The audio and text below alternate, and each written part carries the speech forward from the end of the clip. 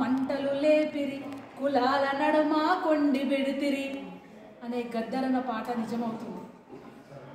నిన్న కేంద్ర మంత్రి గారు బండి సంజయ్ అన్న గారు వ్యాఖ్యానించిన వ్యాఖ్యలు తెలంగాణ తెలుగు అట్లాగే దేశ ప్రజలు కళాకారులు మేధావులు విద్యార్థులు చాలా బాధ కలిగించింది.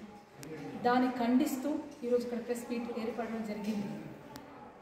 బండి సంజయ్ అన్న గారు చాలా ముక్తఖండంగా చెప్తున్నాము, మేము అవార్డు ఇవ్వము. ఇక్కడ మీరిచ్చేది ఏముంది?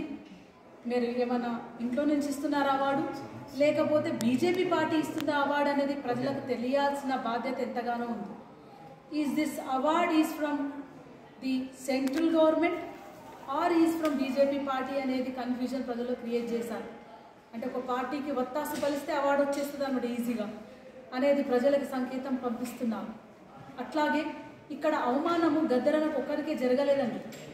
తెలంగాణ ఉద్యమాల్లో పాల్గొన్న ప్రతి ఒక్కరికి అవమానం జరిగింది. గద్దరను అవమానిస్తున్నారంటే తెలంగాణ ప్రజలు అవమానిస్తున్నారు. గద్దరను అవమానిస్తున్నారంటే అట్టడుగున దళిత పీడిత ప్రజలు మైనారిటీలు ఎస్సీ ఎస్టీలు బీసీలను అవమానిస్తున్నారు. గద్దరను అవమానిస్తున్నారంటే విద్యార్థులను అవమానిస్తున్నారు, కళాకారులు అవమానిస్తున్నారు. ఈ అవమానాన్ని ప్రజలు సహించరు. ఈ అవమానం ఖచ్చితంగా తిరుగుబాటు చేస్తారని ఈ వేదిక మీద నుంచి తెలియజేసుకుంటున్నాను. అట్లాగే బండి సంజయ్ అన్న గారు ఇంకో మాటలు చంపిండు.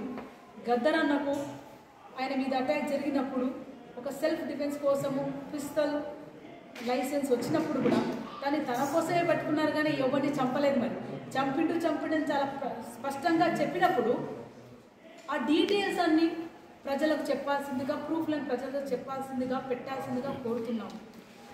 అట్లాగే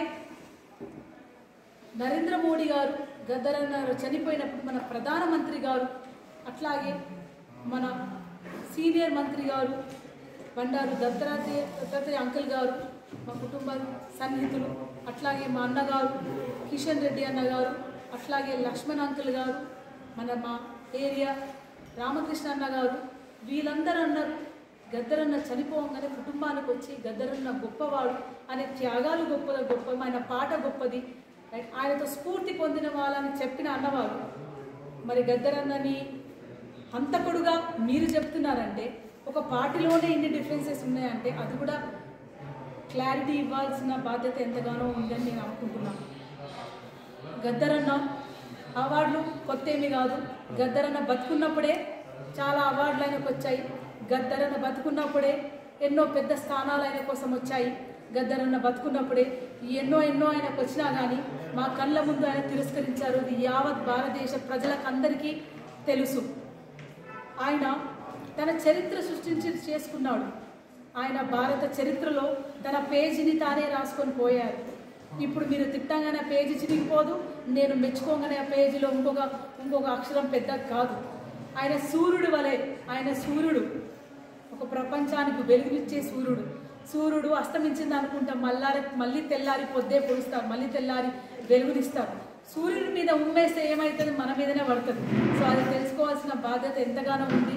ఇక్కడ తెలంగాణ యోధులు, తెలంగాణ కళాకారులు, ప్రజలు, ఆంధ్ర తెలంగాణ ప్రజలంతా, భారతదేశ కళాకారులు ప్రజలంతా చాలా బాధపడి ఈ విషయాన్ని ఖండిస్తున్నారు. నేను కూడా ఖచ్చితంగా ఈ విషయాన్ని ఖండిస్తున్నాను.